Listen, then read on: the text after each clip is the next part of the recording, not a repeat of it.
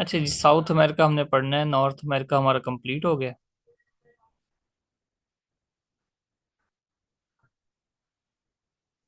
इनके नोट्स आप बनाएं साथ साथ, और ठीक है, थोड़ी थोड़ी सी आपने स्पेसेस देनी है, जिनके मैप बनाए जा सकते हैं उनके मैप भी बनाएं। ठीक है, रफ हो, नीट बना सकते हैं, जैसे बनाएं। ठीक है, लेक्चर को आप कलरफुल बॉल पेन से नोट्स नोट करें। ठीक है, स्पेसेस जोड़ें, जिस तरह जो भी हम कंट्री पढ़ रहे हैं, जब नेक्स्ट कंट्री पढ़ना स्टार्ट करें तो थोड़ी स्पेस छोड़ दें, आधा पेज छोड़ दें फॉर एग्जांपल। नेक्स्ट पेज से दूसरा कंट्री स्टार्ट कर लें। उससे रेलेवेंट कभी भी कोई पास पेपर में कोई नई इंफॉर्मेशन आ जाती है, आप अपने नोट्स में वहां जाकर ऐड कर लें उसको। इसी तरह ऑर्गेनाइजेशन, जब भी हम किसी कंट्री का कैपिटल पढ़ते हैं तो ऑर्गेनाइजेशन का मैं टच दे देता हूँ कि भाई इस ये ऑर्गेनाइजेशन का इसका हेडक्वार्टर है यहाँ पर। या तो आप वहाँ पर ऑर्गेनाइजेशन के आगे भी स्पेस छोड़ दें, ताकि ऑर्गेनाइजेशन से रिलेटेड जो इन्फॉर्मेशन हो वो फिर आप उस जगह पे पुट कर लें बाद में।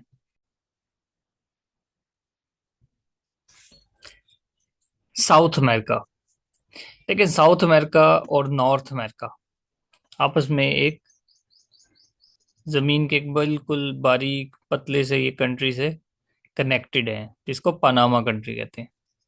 ठीक है, ये नीचे साउथ अमेरिका है, ऊपर नॉर्थ अमेरिका है।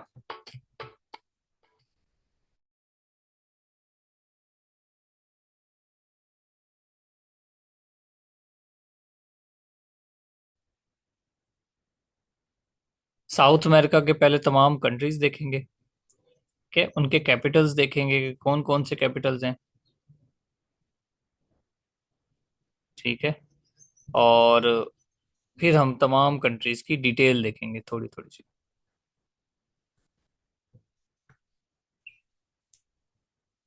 इसकी लोकेशन देखें। ठीक है, ब्रीफ सा मैप बना रहे हैं, ऊपर नॉर्थ अमेरिका, नीचे साउथ अमेरिका, और बाकी जितने भी कॉन्टिनेंट्स हैं वो। ठीक है, हमने अभी तक ओशनिया पढ़ लिया, न्यूजीलैंड पढ़ा है हमने।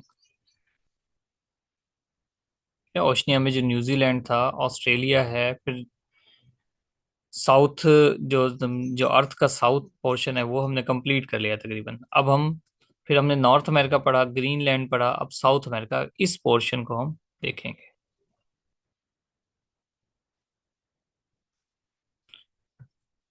12 कंट्री हैं जिसमें दो इंडिपेंडेंट टेरिटरीज कहलाती हैं। साउथ अमेरिका में 12 कंट्री हैं, बेसिकली 12 कंट्री। ठीक है, और दो इंडिपेंडेंट टेरिटरीज। कौन सी? इधर से देखें, सबसे बड़ा कंट्री ब्राजील। ठीक है, देखिए सबसे बड़ा कंट्री, इसमें दुनिया का जो सबसे बड़ा जंगल है वो भी ब्राजील में है। दुनिया का जो सबसे बड़ा दरिया है, अमेजोन रिवर, अमेजोन फॉरेस्ट, वो ब्राजील में ही है दोनों। इसके अलावा Venezuela, Guyana, Colombia, Ecuador, Peru, फिर ये इलोंगेटेड कंट्री चिली यहाँ पर, फिर अर्जेंटीना। ये जो चिली और अर्जेंटीना, आप चिली देखें, बिल्कुल ऐसा बारीक कंट्री है। ठीक है, इसकी जो विड्थ है वो काफी कम है। तो आप सोच सकते हैं इसकी विड्थ क्यों कम है, क्योंकि इसमें यहाँ पर, यहाँ सारा पहाड़ी सिलसिला है जो अर्जेंटीना को और चिली को सेपरेट करता है। ठीक है जी, और ये बहुत दूर ऊपर टॉप तक जाता है पहाड़ी सिलसिला, इसके बारे में भी पढ़ेंगे। फिर यूरोगोए, पैरागोए। इसके अलावा आप एक चीज देखें, यहाँ पर आपने इस चीज का भी ख्याल रखना है। आपसे अब मैं पूछता हूँ कि ब्राजील को कौन सा समंदर लगता है, और यहाँ चिली को, पेरू को, इक्वाडोर को कौन सा समंदर लगता है, बताएं जी। अटलांटिक या और पैसिफिक में, बताएं दोनों। जो बोथ साइड हैं साउथ अमेरिका की, उसमें जो राइट साइड पर पोर्शन है उसको कौन सा ओशन लगता है, और लेफ्ट साइड पर जो पोर्शन है उसको कौन सा ओशन लगता है?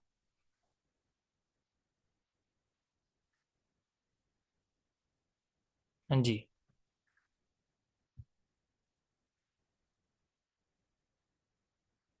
Very good. ब्राजील जो है इस तरफ, ब्राजील की साइड पर अटलांटिक ओशन है। ठीक है, और चिली और पेरू की साइड पर पैसिफिक ओशन है। वेरी गुड, ये क्वेश्चन आता है, इस तरह के आ जाते हैं। नॉर्थ अमेरिका में इस तरह के कई क्वेश्चंस कई मरतबा पूछे हैं उसने। फिर आप एक चीज देखो यहाँ पर ध्यान से, इक्वेडोर, इसको समंदर लगता है, पेरू, चिली इसको समंदर लगता है, अर्जेंटीना को भी लगता है, यूरुग्वे, ब्राजील, गुयाना, ठीक है, गुयाना फ्रेंच, वेनिजुएला, कोलंबिया, इन सबको समंदर लगता है। सिर्फ ये तो दो कंट्रीज है ना, बोलीविया और पैराग्वे, इनको समंदर नहीं लगता। ऐसे कंट्री जिनको समंदर नहीं लगता, जिनको चारों तरफ से किसी और कंट्री ने, ठीक है, सराउंड किया हुआ है, उनको हम कहते हैं लैंड लॉक्ड कंट्री। ठीक है, उसको कहते हैं लैंड लॉक्ड कंट्री। तो ये लैंड लॉक्ड कंट्री है। तो दो लैंड लॉक्ड कंट्री हैं, 12 कंट्रीज में से सिर्फ दो कंट्री ऐसे हैं जो लैंड लॉक्ड हैं। ये 12 एक तमाम कंट्रीज के नेम्स हैं, इनको देख लें।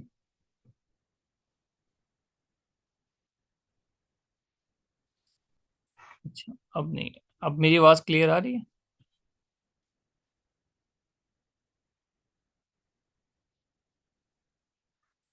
ब्राजील आपने इसी तरतीब से याद रखने हैं, ठीक है। Brazil, Bolivia, Paraguay, Uruguay, Argentina, Chile, Peru, Ecuador, Colombia, Venezuela, Guyana और सूरीनाम। ठीक है, जबकि इंडिपेंडेंट स्टेट्स कौन सी हैं? गुयाना फ्रेंच और फॉकलैंड आइलैंड। ठीक है, ये इन पर किसी और कंट्री का कब्जा है। ये आगे हम देखेंगे, इसको डिस्कस करते हैं। अब यहाँ देखें इनके कैपिटल्स। ब्राजील का कैपिटल ब्रासिलिया, बोलीविया का कैपिटल लापाज, पैरागोवे का एसेंसियोन, एसेंसियोन, ठीक है, यूरुग्वे का Montevideo, Argentina Buenos Aires, Chile Santiago, Peru Lima. इसमें देखिए ये पास पेपर में आया हुआ है, सैंटियागो पूछा हुआ है, ब्यूनस एयर्स ये पूछा हुआ है, लापाज भी पूछा हुआ है। ये चार कंट्री, इनके कैपिटल्स पूछे हुए हैं, ये नहीं पूछा हुआ। ठीक है, ये इसका नहीं पूछा, लेकिन आप याद सारे करें। ब्राजील का कैपिटल याद करना आसान है, ब्राजील से ब्रासीलिया। ठीक है, बोलीविया, लापाज। ठीक है, अगर आप प्याज काटते हो, फॉर एग्जाम्पल प्याज, तो बोलने में तो कोई फर्क नहीं पड़ता, लेकिन आंखों में आंसू आ जाते हैं। ठीक है, कोई ना कोई इस तरह का कनेक्शन बनाए, बोलीविया। ठीक है, बोलने से तो कोई फर्क नहीं पड़ता, बोलना तो ठीक रहता है। अगर प्याज, लापाज प्याज। ठीक है, अगर प्याज आपके करीब आए, आपको प्याज काटने लगो, ठीक है, तो बोलने में तो कोई फर्क नहीं पड़ता, आंखों में आंसू आ जाते हैं। ठीक है, इस तरह कुछ भी आप बनाए, इनके कोई ना कोई कनेक्शंस बना रहे हैं। Ecuador, Kyoto. ठीक है, Ecuador, Kyoto, Colombia, Bogota, Venezuela, Caracas, Guyana, Georgetown, Suriname, Paramaribo. ठीक है, इन दोनों के भी याद कर लें। तो ये 12 कंट्रीज के कैपिटल्स आपको याद होने चाहिए, कुछ भी कभी भी पूछ सकता है। अब आते हैं जी पनामा कनाल पर। ठीक है, पनामा कनाल जो कि पैसिफिक ओशन और अटलांटिक ओशन को आपस में जोड़ती है। ठीक है, ये आपका साउथ अमेरिका, ये सॉरी ऊपर नॉर्थ अमेरिका और नीचे साउथ अमेरिका, ये पनामा कंट्री है। और पनामा कंट्री में ऐसे उन्होंने एक कैनाल बनाई है, कि ये कैनाल बनाई हुई है, इस तरफ अटलांटिक ओशन और इस तरफ पैसिफिक ओशन है। ये अटलांटिक और पैसिफिक को कौन सी कनाल जोड़ती है? अटलांटिक कनाल, के बहुत इंपॉर्टेंट है। यहाँ पे देखिए मैंने बनाया हुआ है, इसकी लेंथ है 80 किलोमीटर। इसका मतलब जो पनामा कंट्री है उसकी विड्थ कितनी है? सिर्फ 80 किलोमीटर, जो कि 1914 में ये कंप्लीट हो गई थी और ओपन कर दी गई थी। Again 12 country. ठीक है, दो इंडिपेंडेंट स्टेट्स, इनको देखें। अब आते हैं हम इसका लार्जेस्ट कंट्री जो कि है ब्राजील। Largest country Brazil. अब लार्जेस्ट की अगर तरतीब देखें तो सबसे बड़ा कंट्री पूछता है कि सबसे बड़ा कंट्री कौन सा है? रशिया। फिर कनाडा दूसरा बड़ा कंट्री है रकबे के लिहाज से, तीसरा बड़ा कंट्री रकबे के लिहाज से चाइना, फिर यूनाइटेड स्टेट्स और फिफ्थ नंबर पर ब्राजील। तो बाज़ औक़ात वो ये भी पूछ लेता है कि fifth largest country in the world कौन सा है, सिक्स्थ लार्जेस्ट कौन सा है? ऑस्ट्रेलिया। जी जी, ये बनाई गई थी, कैनाल हमेशा बनाई जाती है। ठीक है, कैनाल थी, इसको बनाया गया था।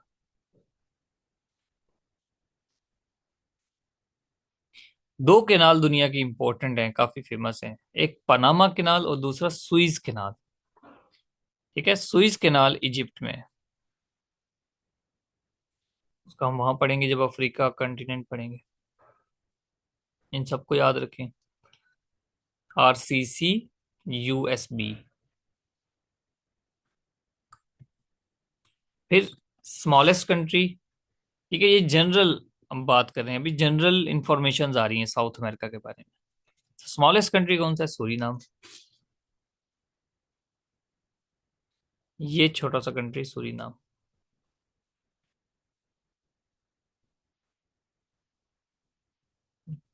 यहाँ इसको इंडिकेट किया हुआ है, वैसे नजर तो ऐसे ज्यादा आ रहा है। Land locked country. अब हम लैंड लॉक्ड कंट्री देखते हैं। लैंड लॉक्ड कंट्री हमने वैसे देख ली है, ठीक है। बोलीविया और पैरागोवा, दोनों कंट्रीज लैंड लॉक्ड हैं। दुनिया में 44 कंट्रीज ऐसे हैं जिनको समंदर नहीं लगता। ठीक है, बाकी कंट्रीज ने आपस में गिरा हुआ। 44 countries are landlocked in the world. और डबल लैंड लॉक्ड आपने याद रखना है कि सिर्फ दो कंट्रीज दुनिया में ऐसे हैं जो डबल लैंड लॉक्ड है, सिर्फ दो। अब आते हैं हम इसके next, Andes mountain range. Andes, जिसका भी मैंने जिक्र किया कि चिली और अर्जेंटीना के दरमियान एक माउंटेन रेंज है, ठीक है, जो इनको सेपरेट कर रही है। और ये देखें, ये टॉप, ये साउथ अमेरिका के बिल्कुल टॉप तक जा रही है, वेनिजुएला तक, यहाँ तक जा रही है।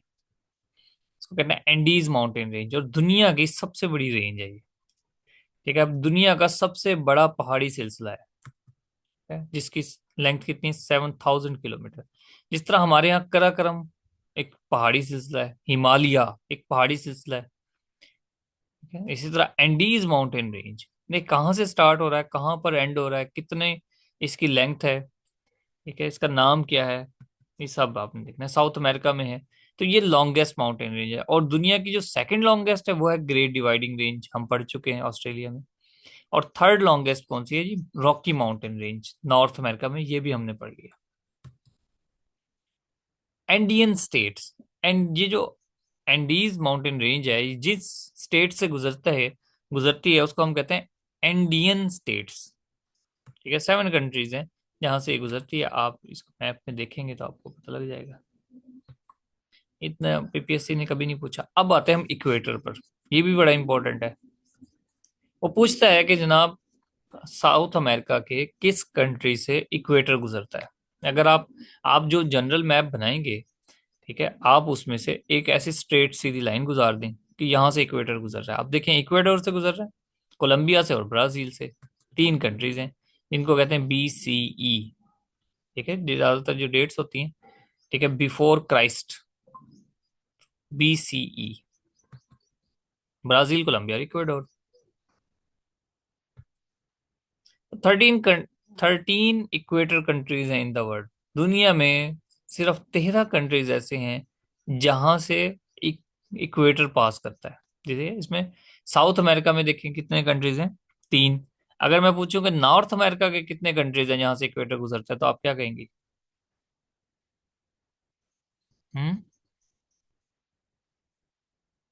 नॉर्थ अमेरिका में कितने कंट्रीज हैं?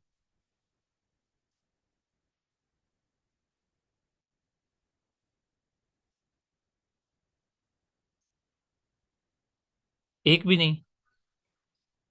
जब मैंने नॉर्थ अमेरिका पढ़ाया था तब कोई बताया था कि इक्वेटर गुजरता? अब ये देखो ना आप, ये इक्वेटर की लाइन है, ये वाली इक्वेटर की लाइन है। और ये यहाँ से ये पास कर रही है। जब इक्वेटर साउथ अमेरिका से गुजर रहा है तो नॉर्थ अमेरिका से तो नहीं गुजर सकता। ठीक है, दोनों कॉन्टिनेंट में से किसी एक कॉन्टिनेंट से तो गुजरेगा ना इक्वेटर। क्योंकि नॉर्थ अमेरिका तो ऊपर है, साउथ अमेरिका नीचे है। तो साउथ अमेरिका से के 3 कंट्री से ये पास करता है। इसके अलावा देखो, Sao Tome Principe, republic of Congo, Gabon, Uganda, Kenya, Somalia, Africa के ज्यादा कंट्रीज हैं। अफ्रीका जब हम पढ़ेंगे तब इन तमाम कंट्रीज को फिर पढ़ेंगे। फिर यहाँ से देखें, एशिया का कंट्री है इंडोनेशिया, यहाँ से भी गुजरता है। इस तरह टोटल मिला के 13 कंट्रीज हैं, ये आपने याद रखना है। अब हम आते हैं बोलीविया। बोलीविया कंट्री का जो कैपिटल है लापाज। ठीक है, लापाज ये हाईएस्ट कैपिटल या टाउन या सिटी इन द वर्ल्ड कहलाता है, कि दुनिया में सबसे ऊंचाई पर यह है, लापाज। ठीक है, 3850 मीटर्स इसकी हाइट है सी लेवल से। ये 3850 मीटर पर है। ठीक है, लापाज। फिर दुनिया का जो वर्ल्ड का ड्राइएस्ट डेजर्ट है वो भी साउथ अमेरिका में। अभी हम साउथ अमेरिका के बारे में पढ़ रहे हैं। ठीक है, साउथ अमेरिका की जो जनरल बातें पूछी हैं। तो in which desert is the world driest place, किस डेजर्ट में दुनिया की सबसे ड्राई प्लेस है? तो वो है जनाब अताकामा। अताकामा डेजर्ट का नाम है, और ये डेजर्ट इसमें दुनिया की सबसे खुश्क तरीन जगह है। कि मतलब अताकामा एक ड्राइएस्ट डेजर्ट है, आप समझ लीजिए। इसको यूं कह सकते हैं, अताकामा एक desert, driest desert in the world है, चिली में। ठीक है, ये सारे यहाँ तक चिली है, और चिली के अंदर ये जो आपको येलो प्लेस नजर आ रही है, यहाँ पर ये आग की निशानी है कि भाई यहाँ पर बहुत ज्यादा हीट है। ये driest place in the world है। ये देखें, टीटीकाका। ठीक है, पेरू और बोलीविया, इन दोनों के बॉर्डर के दरमियान ये टीटीकाका है। ठीक है, एक लेक है, यहाँ देखें ना, पानी नजर आ रहा है आपको थोड़ा। ये टीटीकाका लेक है, दुनिया की हाईएस्ट लेक। ठीक है, ये उसी पहाड़ी सिलसिले पर है, एंडीज माउंटेन रेंज में। ठीक है, वहीं पर वो लापाज कैपिटल है, पहाड़ों पर ही। इन्हीं पहाड़ों पर ये लेक है। ठीक है, highest lake in the world.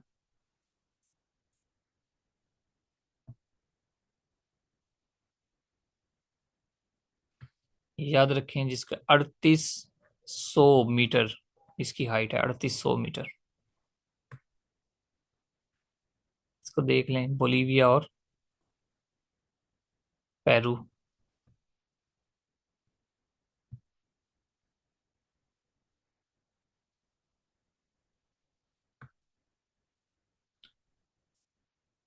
ये वहाँ का कल्चर है, उस लेक के, मतलब जो भी पेरू बोलीविया के लोग हैं। एंजल फॉल, वेनिजुएला में दुनिया की सबसे ऊंची हाईएस्ट वाटरफॉल है, highest waterfall in the world, angel fall. ठीक है, 980 मीटर हाइट है इसकी, 979 या 980 मीटर कह लें। ये वेनिजुएला में है। ये देखें, एंजल फॉल, यानी कि कोई बहुत बड़ा फरिश्ता हो और उसकी बॉडी से अगर ये एंजल फॉल निकल रही हो। यहाँ पर ग्रीन एनाकोडास भी हैं, northern region of south America में। ठीक है, यहाँ के फेमस है ग्रीन एनाकोडा।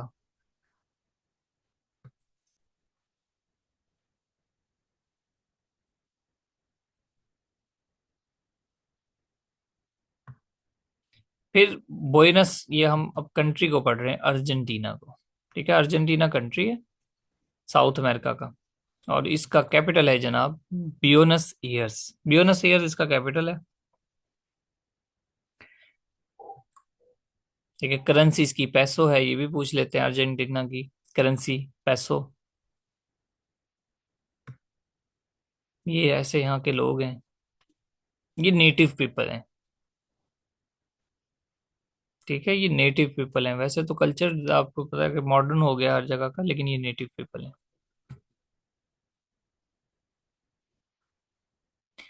या साउथ अमेरिका की जो कंट्रीज हैं, हम जनरल इंफॉर्मेशन पढ़ ली हमने, कंट्रीज का नेम याद रखना, उनके कैपिटल्स याद रखना, ये जरूरी है। आगे जितने भी कंट्रीज हैं उसमें एक एक दो दो चीजें सिर्फ इंपॉर्टेंट हैं, दो तीन क्वेश्चंस आ रहे हैं बस हर कंट्री में। ठीक है, किसी की रेवोल्यूशन आ गई, किसी का कोई प्रेसिडेंट पूछ लिया, किसी का कोई फेमस पर्सनैलिटी पूछ ली, बस इसके अलावा ज्यादा एमसीक्यूज नहीं है। टोटल मिला के कुछ 60-70 एमसीक्यूज होंगे बस। अगर आप इनको अच्छी तरह से कर लेते हैं तो आपका साउथ अमेरिका कंप्लीट हो जाता है। हिस्ट्री देखें, in the 16th century Argentina को कॉलोनी बनाया स्पेन ने। ठीक है, जब हम मैंने नॉर्थ अमेरिका पढ़ाया था तो उस वक्त बताया था कि इस पूरे एरिया को डिस्कवर करने वालों में से पुर्तगाल, स्पेन, यूनाइटेड किंगडम, ठीक है, और इटली वगैरह कंट्रीज, ठीक है, या फ्रांस, उस वक्त की जो पावर्स थी, उन्होंने ये डिस्कवरीज की थी। तो जिन्होंने जो जहां पर बहरी बेड़े जिनके यहाँ पर पहुंचे हैं और जिस इलाके में पहुंचे, उन्होंने वहां पर कब्जा कर लिया। तो 16th सेंचुरी में स्पेन ने कहा कि भाई ये इलाका मेरा है। अर्जेंटीना, अर्जेंटीना को उसने अपनी कॉलोनी बनाई।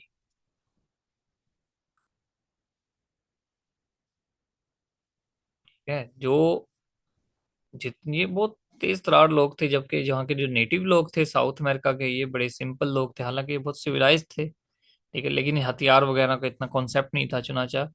ये चंद एक 100 यूरोपियन से बड़ी एक बुरी तरह हार गए, और इन्होंने वहां पर मास एकड़ किया, लाखों करोड़ों लोगों को मौत के घाट घाट उतार दिया।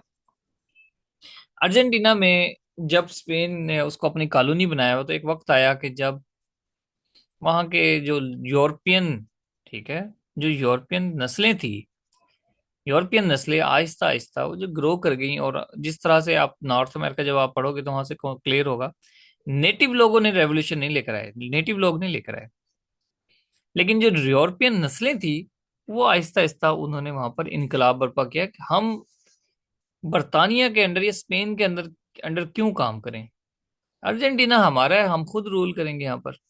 चुनाचा इधर 25 मई 1810 को रेवोल्यूशन, ठीक है, एक लेकर आएगी, जिसको मई रेवोल्यूशन कहते हैं, मई रेवोल्यूशन।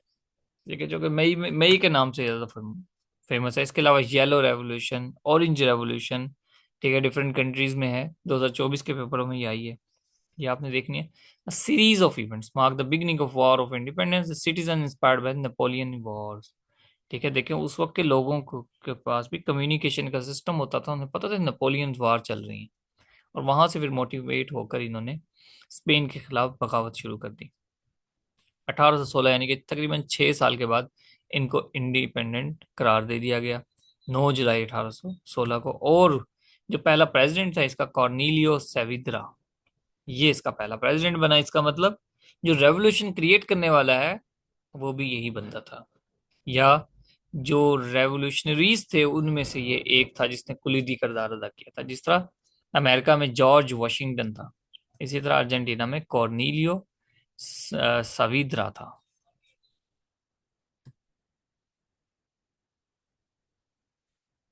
चलिए, अब देख लें कि इसमें जो बंदे ने मुंह बनाया हुआ है यकीनन ये स्पेनिश होगा, और ये अर्जेंटीनिया का बंदा होगा, जो यूरोपियन नस्लों में से था। ठीक है, इन्होंने इनको एक टेबल पे इकट्ठा किया, जंगें भी हुई छोटी छोटी सी, और टेबल पे भी इकट्ठा किया, और उसके बाद उन्होंने कहा जाहिर है, जो आखिर स्पेन अपनी कितनी फौज भेज सकता था, आखिरकार उसको फिर आजादी देनी पड़ी। यहाँ की जो पंपास ग्रास लैंड है, ये सबसे ज्यादा मशहूर है, पंपास ग्रास लैंड। और चूंकि ये आखिर अर्जेंटीना एक बहुत बड़ा मुल्क है, ठीक है, साउथ अमेरिका का सेकंड लार्जेस्ट कंट्री है, तो यहाँ बेशुमार जंगलात हैं, और छोटी छोटी जिस तरह घास है पौधे नुमा, उसमें बेशुमार जानवर ऐसे फिरते रहते हैं। इस तरह ये जो जानवर है अकुना है। ठीक है, और अर्जेंटीना को लार्जेस्ट प्रोड्यूसर ऑफ मीट भी कहते हैं, क्योंकि जंगल बहुत ज्यादा है, घास बेइंतहा है, जहां मर्जी जानवर चरे। ठीक है, कोई फर्क नहीं पड़ता। अब जिस तरह हमारे हमने पंपास की बात की, अब बाकी भी देख लेते हैं कि किस किस्म के जंगलात होते हैं। पंपास, प्रायरी, स्टेपी और सवाना। सवाना का भी पास पेपर में क्वेश्चन पूछा हुआ है। ग्रासलैंड ऑफ एशिया, जो एशिया के ग्रासलैंड है उनको कहते हैं स्टेपी, जो नॉर्थ अमेरिका के हैं उनको कहते हैं प्रायरीज, साउथ अमेरिका के उनको पंपास कहते हैं, जो कि अर्जेंटीना में बहुत ज्यादा है। अफ्रीका और ऑस्ट्रेलिया में जो पाए जाते हैं वो हैं सवाना और वेल्ड्स। ये भी आप याद रख लें, इनकी आगे तस्वीरें भी हैं, आपको कॉन्सेप्ट क्लियर हो जाएगा कि किस तरह के। देखें प्रायरीज तो हमने देखे हैं ना, ये हमारे इलाकों में होती हैं, पतली पतली सी घास है। फिर largest mountain range Andes, Andes का जो हाईएस्ट पीक है अकंक्वा, अकोन का गुआ, ये सबसे बड़ा माउंटेन है यहाँ पर, हाईएस्ट पीक है एंडीज की, 69-69 मीटर हाइट है इसकी। ठीक है, ये याद रखने हैं कि माउंटेन रेंज वो किलोमीटर में होती है, जबकि जो माउंटेन पीक है वो मीटर में उसकी हाइट होती है। अकन का गुआ, ये दोनों ही इंपॉर्टेंट है। अब आते हैं फेमस पर्सनैलिटीज, बल्कि मैं क्लास एंड कर रहा हूँ, आपने इसको दोबारा ज्वाइन करना है।